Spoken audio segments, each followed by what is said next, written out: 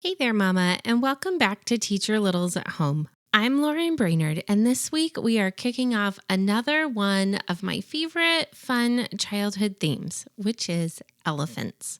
Elephants are such a hit with little ones, and I'm so excited to share some fun activities you can try right at home as you are planning for another fun week of learning.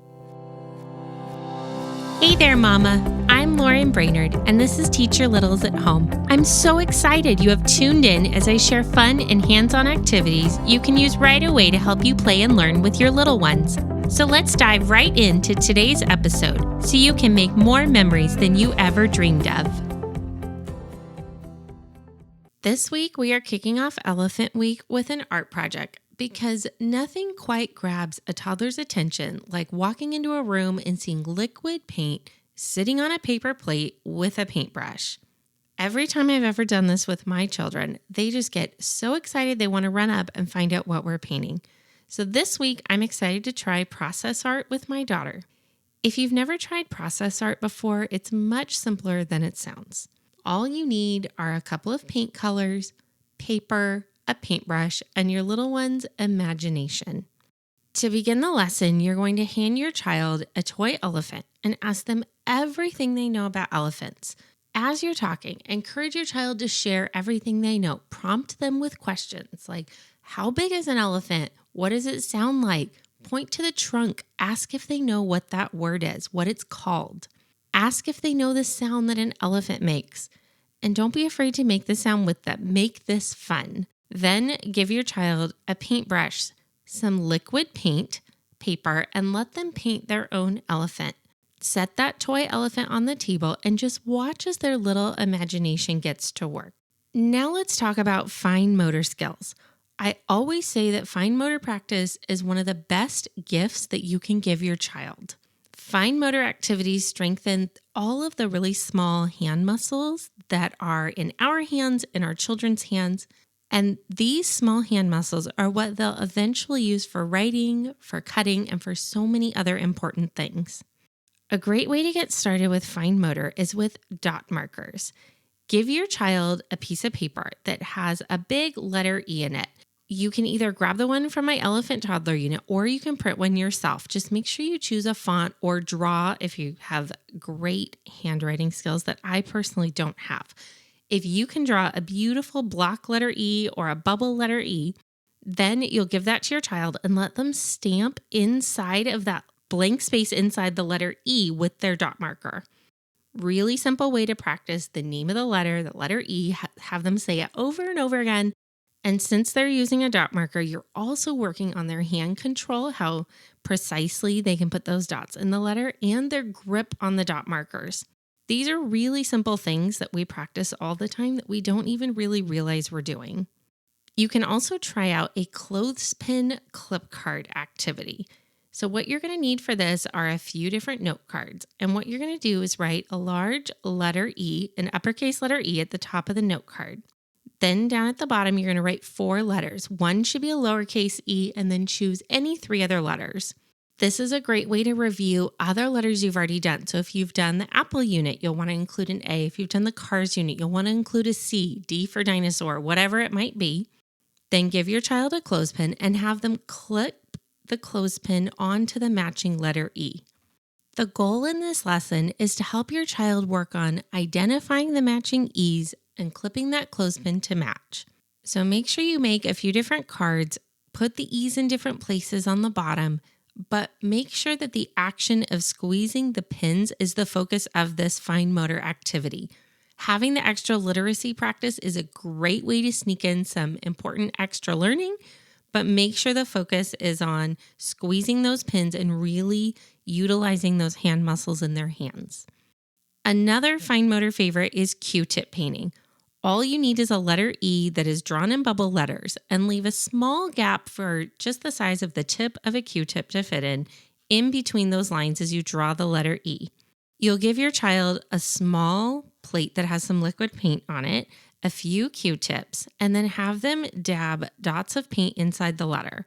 This encourages a great grip, gives your child another chance to hear and say the letter name, and really helps build their skills with hand-eye coordination.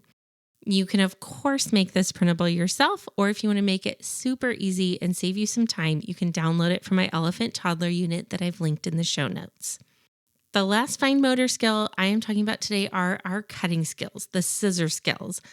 I know scissors feel so intimidating when you think about handing your little one a pair of scissors for the first time, but they are such an important skill to start practicing early.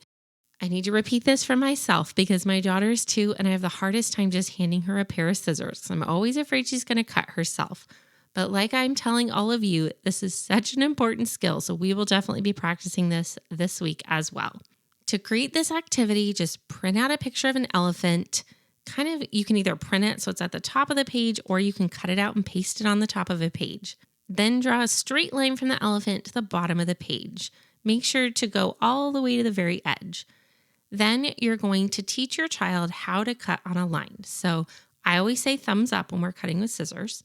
Have them, if they're right-handed, use their left hand to hold the left side of the paper so that as they're cutting, with their right hand, their left hand is far away from where those scissors will be snipping along the line. If your child's left-handed, of course, we're just reversing this process. Remember that your child may need help at first, and that is totally normal. Over time, their confidence and their coordination will grow, and cutting with scissors will just become something that they do without even really having to think about what they're doing. I could easily talk about fine motor all day, but I'm sure you want to hear what else we have in store for this week. For math this week, we are working on counting and number identification. So you're going to want to print out some counting cards that have several elephants printed on them, real small ones, and then gather some small counters. Years ago, I found some little mini erasers that have elephants on them, which is super fun, but you can also use buttons, beans, anything you have on hand. You'll set down one card that has a few little elephants on it and have your child take their counter and set it on each elephant. As they set it on the elephant, you're going to count together, and then you're going to point to a written number. I guess I should have told you to write the number on the card, but you'll want to point to a written number on the card as well and say it out loud. Depending on how much experience your child has with numbers, you might want to do the numbers 1 through 5. You might want to go all the way to 10.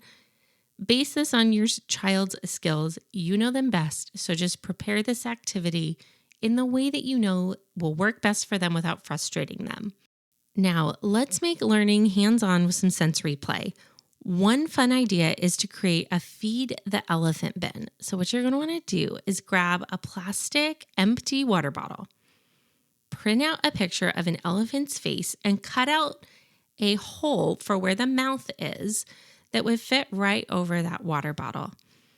Then what you'll do is put this water bottle right in the middle of a tray or a bin and give your child a bowl of pom-pom balls. You could also use beans, but I find pom-pom balls are really fun because they can pick them up with tweezers. It's a little bit difficult. Again, great for their fine motor skills. And invite your child to come feed the elephant by dropping pom-poms into the bottle. Super engaging activity, playful, sneaks in some fine motor practice, which clearly I'm all about today. And it's lots of fun too. Another sensory idea is a letter E rice bin. So you'll simply fill a container with rice, hide some letter E cards. You'll do some uppercase and some lowercase. As your child digs through the rice to find the letters, they're getting super playful exposure to literacy in a way that feels a little bit more like a game. They can, as they grab the cards, sort them into 2 bowls. So uppercase E's in one, lowercase in the other. At this age with 2 and 3-year-olds, I love to say big E and little e. You could use the words uppercase E, lowercase e, whatever vocabulary your child is ready for, but make sure they're identifying the difference between the 2 cards as they sort each letter. All these activities have been table time where we're sitting, so let's take the next activity. We're going to talk about outside with some gross motor fun. Today, you will get to practice your own elephant walking skills. This is so much fun to do with our kids. Lay down footprints in a line and then get on all fours and teach your child how to walk like an elephant. You can definitely join in this fun with them. It's a great way to work on coordination, work on balance, and both of you can practice your elephant noises in the process. So that's a full week of elephant-themed fun. We've had some art, fine motor, math, sensory play, and gross motor activities that are all designed to help your child learn while they are having fun. Thank you so much for joining me today. I hope you'll pop into our Teach Your Littles at Home Facebook group next week and let us all know about how Elephant Week goes in your home. This elephant unit is included in our October toddler activities bundle. So if you want to make learning really fun and easy this month, make sure to grab the entire bundle, and you do get one unit free that way. I hope you have a wonderful rest of your week playing and learning with your little ones at home. Thank you so much for tuning in to this episode of Teach Your Littles at Home. I hope you are feeling so inspired to create a new activity to do right away with your little ones. If you like listening to my mommy, will you please leave her a review? Before you head off to plan the next activity, would you mind leaving me a quick review on Apple Podcasts or wherever you are listening from? This is the only way for me to know if you're finding my tips, activities, and advice helpful, and I get so excited reading each and every review. I hope this episode has left you feeling empowered to try something new with your kids this week. And if so, would you please hit the share button and share this episode with another one of your mama friends who also wants to create activities with her little ones. I can't wait to share even more fun activities with you on our next episode. Have a wonderful rest of your day playing and making memories with your little ones.